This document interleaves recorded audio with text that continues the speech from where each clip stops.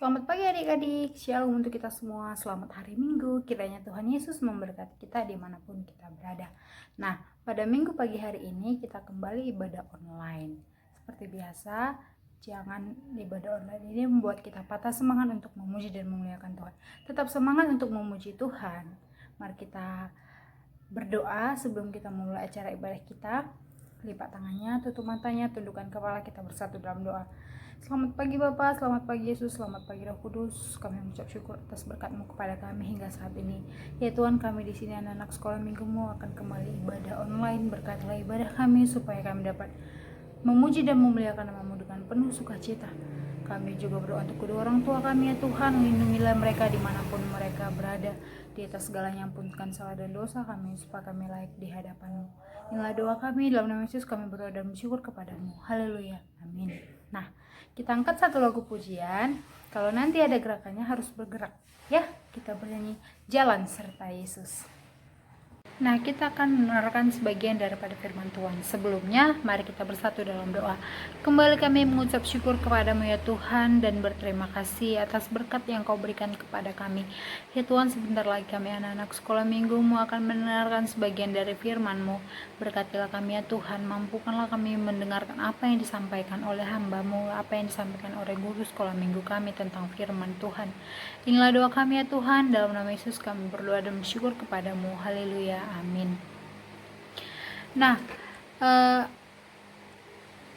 khotbah kita pada minggu pagi hari ini diambil dari kitab Amsal, yang yaitu Amsal 11 ayat 11, Amsal 12 ayat 6, Amsal 15 ayat 19, Amsal 16 ayat 13, dan yang terakhir Amsal 21 ayat 8. Sebelum kita masuk ke firman Tuhan, kakak punya satu cerita.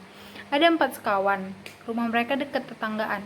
Namanya Budi, Roni, Marta, dan Eben.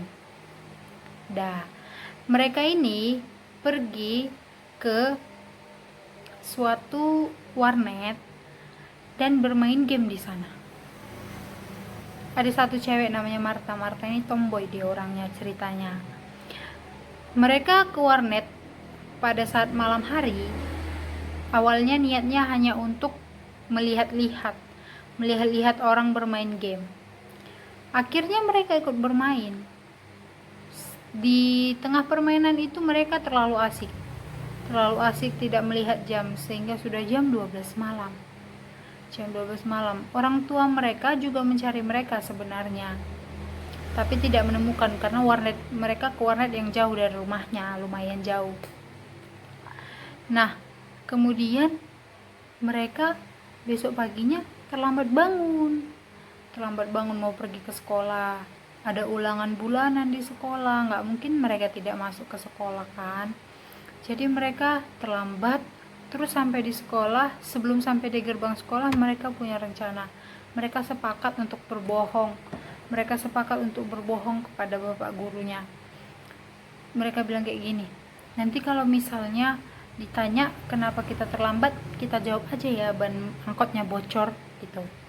Mereka sepakat oke. Jadi sampai di depan bapak gurunya bertanya, kenapa kalian terlambat? Dan mereka jawab, ban angkotnya bocor pak. Mereka jawab seperti itu. Kemudian bapak gurunya menyuruh mereka duduk di bangku yang jauh, tidak dekat-dekat karena kan lagi ujian. Dan bapak gurunya bilang, saya punya satu pertanyaan buat kalian berempat, katanya. Ditanya bapaknya kayak gini, ban angkot sebelah mana yang bocor? Nah, bingung dong mereka jawab apa, karena mereka berbohong.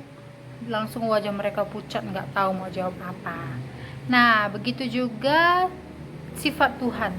Sifat Tuhan adalah benar, yang artinya Tuhan tidak berdusta. Tuhan juga tidak menyukai orang-orang yang suka berbohong. Tuhan Yesus mencintai kebenaran. Dia menginginkan agar kita mengajarkan hal-hal yang benar. Salah satu hal yang bisa kita lakukan adalah berkata dan bertindak dengan jujur. Apa itu jujur? Jujur itu lurus hati, tidak berbohong, apa adanya, tidak curang, bersikap tulus. Berkata jujur juga berarti mengatakan sesuatu yang apa adanya, tidak menyembunyikan sebagian titik, dan tidak mengurangi. Apapun tidak ditambahi atau dikurangi.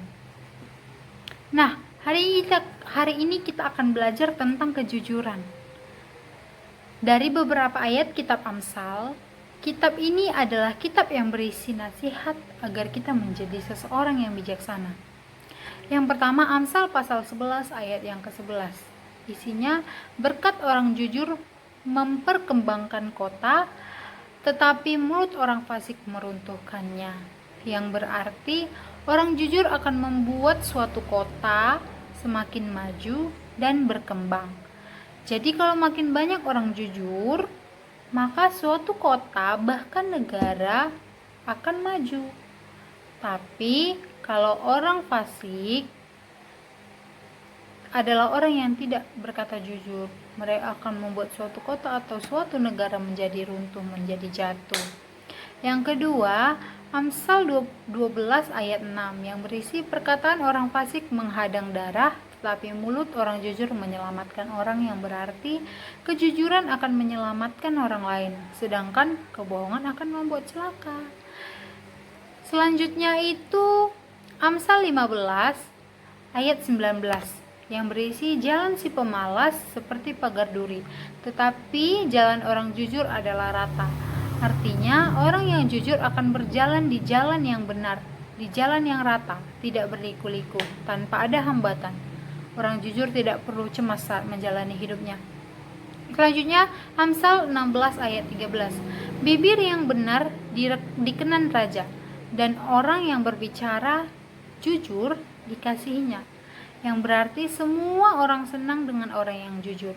Bahkan raja juga senang dengan orang yang jujur.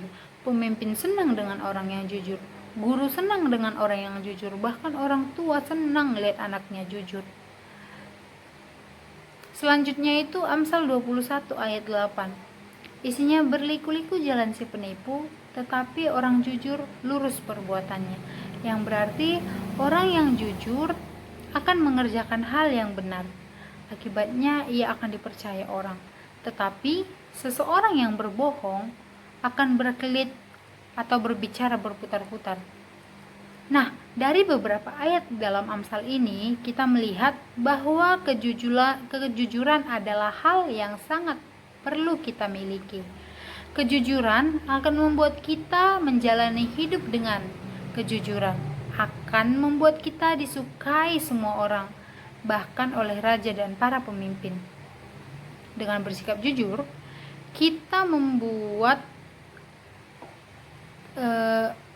diri kita itu berharga. Diri kita itu berharga di mata orang kalau misalnya kita jujur. Kejujuran akan membuat kita mujur dan beruntung.